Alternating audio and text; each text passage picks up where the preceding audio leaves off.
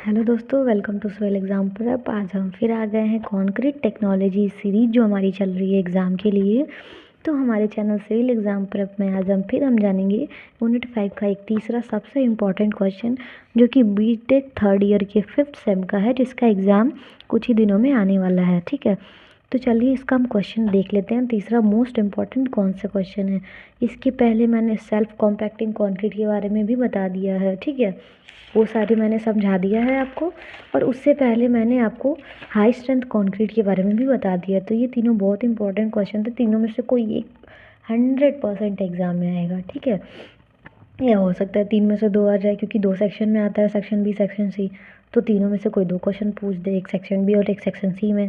ठीक, तो चलिए आज का ये हम वीडियो स्टार्ट करते हैं। इस वीडियो में हम देखेंगे कि फाइबर रीइंफोर्स्ड कंक्रीट यानी कि FRC क्या होता है, नेसेसिटी क्या क्या होती है इसकी, ठीक है, क्यों ज़रूरत पड़ती है हमें FRC की, उसके बाद से इसका एडवांटेज क्या है और डिसएडवांटेज क्या है। ठीक, तो चलिए देखते हैं सबसे पहले कि फाइबर रीइंफोर्स्ड कंक्रीट होता क्या है। ठीक, तो देखिए fibre reinforce concrete FRC improved tensile strength and toughness compare to conventional concrete. मतलब जो कॉन्वेंशनल का मतलब जानते हो क्या होता है, नॉर्मल कंक्रीट जो हम इजीली नॉर्मल कोई भी मिक्सचर बनाते हैं M20 M25, उनको बोलते हैं कन्वेंशनल कंक्रीट। उसके कंपेयर में जो फाइबर रीइंफोर्स कंक्रीट होता है वो कंक्रीट की टफनेस और उसके टेंसाइल स्ट्रेंथ दोनों को इम्प्रूव करता है। ठीक, इसलिए इस कंक्रीट का इस्तेमाल किया जाता है। They also have improved energy absorption capacity. जो नॉर्मल कंक्रीट होती है ना, उसके कंपेयर में जो FRC होता है ना, उसके अंदर एनर्जी ऑब्जॉर्ब करने की कैपेसिटी ज़्यादा होती है। ठीक, थर्ड है आपका advanced composite offer high tensile strength, durability, ductility and preferred energy absorption capacity. जितने भी एडवांस कंपोजिट्स हैं, ठीक है, जो इसमें यूज़ किए जाते हैं, वो क्या क्या ऑफ़र करते हैं, टेंसाइल स्ट्रेंथ बढ़ाते हैं, ड्यूरेबिलिटी बढ़ाते हैं, डक्टिलिटी बढ़ाते हैं और एनर्जी एब्जॉर्प्शन कैपेसिटी को भी प्रेफर करते हैं। ठीक, उसके बाद से फोर्थ है हमारा दी फाइबर्स कैन बी। अब देखिए फाइबर रीइंफोर्स कंक्रीट है तो फाइबर यूज इस्तेमाल ही होगा, क्योंकि नॉर्मल कंक्रीट तो सब बनाते हैं। इसको स्पेशल इसलिए बोलते हैं क्योंकि इसमें फाइबर के मटेरियल्स यूज़ होते हैं। वो मटेरियल कौन कौन से होंगे, variety of material such as steel, glass, plastic और नेचुरल फाइबर। स्टील भी हो सकता है, ग्लास के टुकड़े भी हो सकते हैं, प्लास्टिक्स का भी इस्तेमाल कर सकते हैं, और जो नेचुरल फाइबर जो रबड़ की तरह होते हैं उन सब का भी इस्तेमाल हम इस कंक्रीट को बनाने के लिए कर सकते हैं। ठीक है, तो ये था हमारा fibre reinforce concrete. Tensile strength और टफनेस को ये बढ़ाता है दूसरे कंक्रीट के कंपेयर में।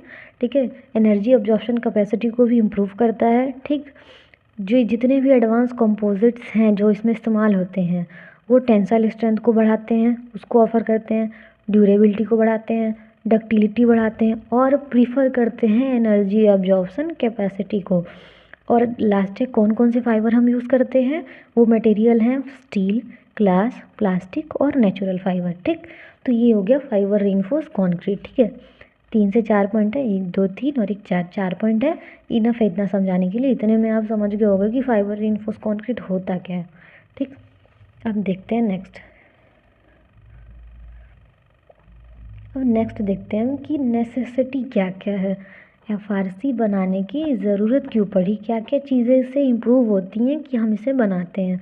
सबसे पहला स्ट्रेंथ, सबसे इम्पोर्टेंट यही है। ठीक, FRC is stronger and more durable than unreinforced concrete. जिस कंक्रीट में रीइंफोर्समेंट यूज़ नहीं होता है, ठीक है, वो कम ड्यूरेबल होते हैं, उनकी ड्यूरेबिलिटी बहुत कम होती है। और FRC में रीइंफोर्समेंट यूज़ होता है, इसीलिए वो दूसरे कंक्रीट के कंपेयर में ज़्यादा स्ट्रोंगर होती है और ज़्यादा ड्यूरेबल होती है। ठीक, it can be use to replace steel rebar in some cases. जैसे अभी मैंने कहा ना, फाइबर स्टील में भी हो सकता है, ग्लास में भी, प्लास्टिक में भी और नेचुरल भी फाइबर होते हैं। तो कभी कभी हम स्टील जो रबर है उसको रिप्लेस कर देते हैं इन सब चीज़ों से। ठीक, नेक्स्ट है आपका क्रैक रेजिस्टेंस। ठीक, FRC reduces the growth of crack caused by plastic shrinkage and drawing. ठीक, ये क्या कह रहा है कि क्रैक रेजिस्टेंस क्या होता है, जब हम कंक्रीट को ड्राई करते हैं, ठीक है, या जब भी हम उसको ऐसे ही 24 घंटे 72 घंटे के लिए छोड़ते हैं तो उसमें ड्राई होने के बाद से क्रैक्स डेवलप होने लगते हैं, ठीक है। उन क्रैक्स का जो ग्रोथ होता है ना वो भी एफआरसी रिड्यूस करता है, ठीक है, जो कि प्लास्टिक श्रिंकेज या ड्राइंग करते टाइम में निकलता है, ठीक है। इसके कहने का मतलब है नॉर्मल कंक्रीट का आप कुछ भी बनाओ, ठीक है, उसे 24 से 48 घंटे के लिए पानी में छोड़ दो, फिर उसको सूखने के लिए छोड़ दो। जब वो सूखेगा ना तो देखना उसमें छोटे छोटे क्रैक्स निकल जाते हैं। एफआरसी क्या काम करता है कि वो सूखने और प्लास्टिक श्रिंकेज की वजह से जितने क्रैक्स डेवलप हो रहे हैं उनके ग्रोथ को रिड्यूस कर देता है। ये बेसिक काम है क्रैक रेजिस्टेंस का, ठीक। लास्ट है आपका थर्ड है आपका impact resistance. FRC is more resistance to impact vibration and blast. समझ रहे हो, रेजिस्टेंस का मतलब होता है उसका प्रतिरोधी, उसके अगेंस्ट। तो ये किस किस चीज़ों के अगेंस्ट होता है, वाइब्रेशन के अगेंस्ट होता है, ब्लास्ट के अगेंस्ट होता है। ये चीज़ें नहीं हो पाती हैं फारसी के केस में क्योंकि ये उनको रोकने का काम करता है, ठीक।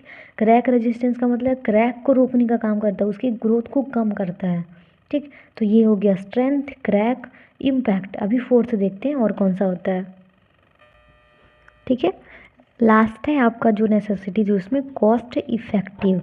FRC can be a cost effective alternative to steel rebar. कहने का मतलब है जो स्टील यूज़ होता है ना, बड़ा बड़ा सरिया, वो ज़्यादा महंगा होता है, उसके कंपेयर में ये बहुत कम कॉस्ट इफेक्टिव होता है।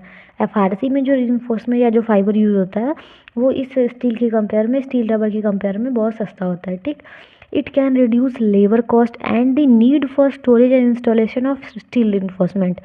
स्टील रीइंफोर्समेंट जो यूज़ होता है कंक्रीट में उसका इंस्टॉलेशन और उसके स्टोरेज का जो कॉस्ट होता है ना उसको भी कम करता है, उसकी नीड भी नहीं पड़ती है, जिसकी वजह से लेबर कॉस्ट जो है हमारा वो और कम हो जाता है, ठीक। अब हम देख लेते हैं कि इसके एडवांटेज और डिसएडवांटेज क्या क्या हैं, ठीक। तो पहले हम एडवांटेज देखते हैं। तो एडवांटेज में देखिए क्या क्या कह रहा है। FRC possesses enough plasticity to go under large deformation once the peak load has been reached। Plasticity का मतलब समझ रहे हो, एक ऐसा पोजीशन आता है किसी भी स्ट्रक्चर का जिस समय वो उस प्लास्टिसिटी तक पहुंचने के बाद से दो केसेस होते हैं, या तो अपने स्ट्रक्चर को वापस गेन कर लेता है या तो वहाँ से वो स्ट्रक्चर टूट जाता है। तो एफआरसी के अंदर इतना प्लास्टिसिटी होता है कि अगर वो जो स्ट्रक्चर है आपका अगर वो अपने पीक लोड तक पहुंच गया है तो भी उसको डीफॉर्म कर सकती है। समझ रहे हो, मतलब जैसे प्लास्टिक होता है हमारे पास ब्लैक वाला, उसको ऐसे सिकुड़ाओ फिर छोड़ दो, अपने आप में वो रीशेप कर लेगा, अपने आप पुराने शेप में आ जाएगा। रबड़ है उसको ऐसे खींचो फिर छोड़ दो, अपने आप शेप में आ जाएगा, लेकिन उसका भी एक पॉइंट होता है जहाँ से वो टूट सकता है। तो एफआरसी क्या करता है ना, अगर स्ट्रक्चर उस पीक पॉइंट तक पहुँच गया है तो भी इसके अंदर इतनी इनफ प्लास्टिसिटी होती है कि वापस उसको डीफॉर्म कर सकता है, ठीक। सेकेंड है आपका structure can be made into thin sheets और इरेगुलर शेप। अब जो एफआरसी का स्ट्रक्चर होता है वो कभी कभी पतले शीट्स में आता है, ऐसे पेज की तरह पतली पतली शीट्स आती हैं, या फिर कभी कभी कई सारे शेप्स में आते हैं, वो सारे इरेगुलर होते हैं, ठीक है। डिफाइन नहीं होता ये सबका स्ट्रक्चर, वो किसी भी स्ट्रक्चर में आप जैसे चाहो वैसा वो बना के दे देते हैं, ठीक। अब क्या कह रहा है, higher flexural strength depending on addition rate. इसके कहने का मतलब है जितना ज़्यादा आप फाइबर यूज़ करेंगे उतना आपको फ्लेक्सुरल स्ट्रेंथ ज़्यादा मिलेगा। ये डिपेंड करेगा कि आपका एडिशन रेट क्या है, ठीक। फोर्थ है आपका easily placed cast spread and less labour intensive than placing rebar. मतलब रबर को प्लेस करने में ना जितना लेबर और जितना कॉस्ट लगता है ना उससे कम लगता है इसको प्लेस करने में, इसको कास्ट करने में और एफआरसी को स्प्रेड करने में, ठीक। ये इसके सारे एडवांटेज हो गए। अब देखिए डिसएडवांटेज हम देखते हैं कि डिसएडवांटेज में कौन कौन से पॉइंट है, ठीक है। तो डिसएडवांटेज में देखिए क्या कह रहा है, ठीक। तो सबसे पहला डिसएडवांटेज है हमारा हाई कॉस्ट ऑफ मटेरियल, ठीक। जो कॉस्ट है अब डिपेंड करेगा कौन सा मटेरियल हम यूज़ कर रहे हैं, ठीक है, उसी हिसाब से उसका कॉस्ट लगेगा। तो मटेरियल कॉस्ट इसमें बढ़ जाता है, लेबर कॉस्ट कम होता है लेकिन मटेरियल कॉस्ट आपका बढ़ जाता है। Greater reduction of workability, workability इसकी मतलब रिड्यूस हो जाती है, कम हो जाती है, क्योंकि जितना आसान सरिये के साथ काम करने में ना, उतना आसान फाइबर के साथ काम करना नहीं है, ये और टफ है, तो इसलिए वर्केबिलिटी इसकी कम हो जाती है। Generally fibre do not increase the flexural strength of concrete. कभी कभी बहुत से ऐसे केसेस होते हैं जहाँ पे कॉन्क्रीट का फ्लेक्सरल स्ट्रेंथ जो है वो फाइबर इंक्रीज नहीं कर पाता है, तो उस समय पे can not replace moment resisting और स्ट्रक्चरल स्टील रीइंफोर्समेंट। उस केस में आप रीइंफोर्समेंट को रिप्लेस नहीं कर सकते हैं। ठीक, सारे फाइबर्स कंक्रीट का फ्लेक्सुरल स्ट्रेंथ नहीं बढ़ाते हैं, नहीं इंक्रीज करते हैं, तो वहाँ पे आप रीइंफोर्समेंट को रिप्लेस नहीं कर सकते। उस केस में आपको सरिया ही लगाना पड़ेगा, सरिया के साथ ही उस स्ट्रक्चरल स्टील पे काम करना पड़ेगा, उस समय आपको स्टील का ही रीइंफोर्समेंट देना पड़ेगा। ठीक, ये है इसके 3 एडवांटेज। कॉस्ट को बढ़ा देता है, वर्केबिलिटी कम कर देता है, ठीक, एकदम रिड्यूस हो जाती है वर्केबिलिटी, काम करना टफ हो जाता है, और सारे फाइबर्स कंक्रीट का फ्लेक्सुरल स्ट्रेंथ इंक्रीज नहीं कर पाते हैं, तो उन जगहों पे सिर्फ हम स्टील का ही रीइंफोर्समेंट यूज़ कर सकते हैं, हम इसे रिप्लेस नहीं कर सकते हैं। ठीक, तो ये थे इसके एडवांटेज। डिसएडवांटेज फाइबर कंक्रीट मैंने बता दिया, उसकी नेसेसिटी बता दी, एडवांटेज और डिसएडवांटेज बता दिए।